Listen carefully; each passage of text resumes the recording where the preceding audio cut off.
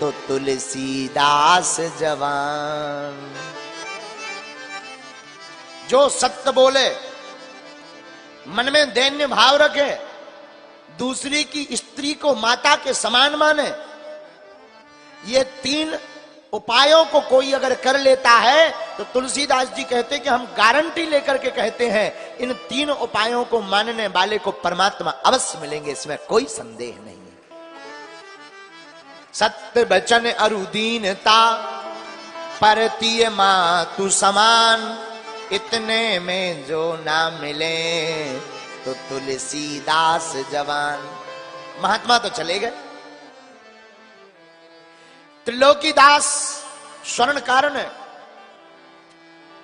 इस दोहा को अपने जीवन में उतारा। उसने सोचा कि अब मैं इनका इस दोहे का अनुकरण करूंगा, जीवन में उतारूंगा।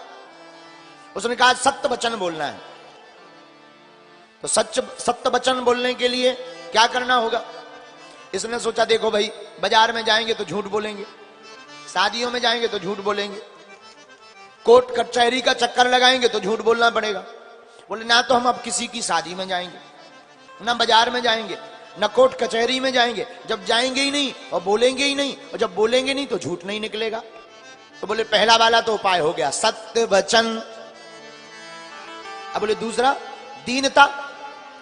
अब बोले दैन्यता, विनम्रता कहां से आए, गरीबी।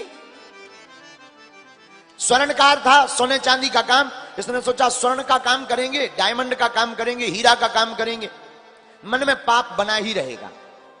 क्या करें, अब हम सोने का काम नहीं, डायमंड का काम नहीं, अब तो हम जो है चांदी का ही केवल काम करेंगे, जिससे भोजन भर चलता रहे।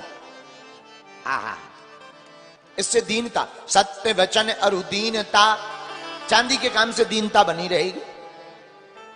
लेकिन परतीय मातु समान, दूसरे की स्त्रियों को माता के समान मानना चाहिए। ये कैसे होगा। बोले एक उपाय है।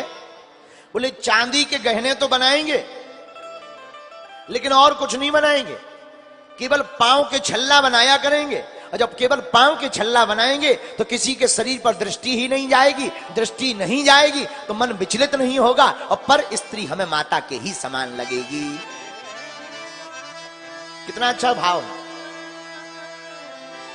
वह स्वर्णकार सत्य घटना आपको बता रहे हैं। इसी दोहे पर जीने लगा, अब तो जीवन बढ़िया जीने लगा। आहा, से स्वर्णकार इस दोहे पे जीने लगा तो आना जाना बंद हो गया। तो बाकी जितने भी इसके समाज के सोनी थे, स्वर्णकार थे, सब नाराज हो गए, घमंडी हो गया, बड़ा भक्त बन गया है, बड़ा सत्य बोलने वाला बन गया है, अब तो आता ही नहीं है, शादियों में नहीं आता, रुक जाओ मौका पड़ेगा तब देखेंगे। एक समय की बात है, इंदौर के राजा के राजकुमार का विवाह हुआ। शादी हुई तो राजा ने सभी स्वर्णकारों को बुलाया, इधर आओ, हमारी बहू के लिए बढ़िया बढ़िया गहने बनाओ। सुनो, किसी को रुपया नहीं मिलेगा, बाद में इनाम मिलेगा। और कौन कौन बनाएगा। लगभग 400 स्वर्णकार वहां उपस्थित हुए राज्यसभा में, राजा की सभा में।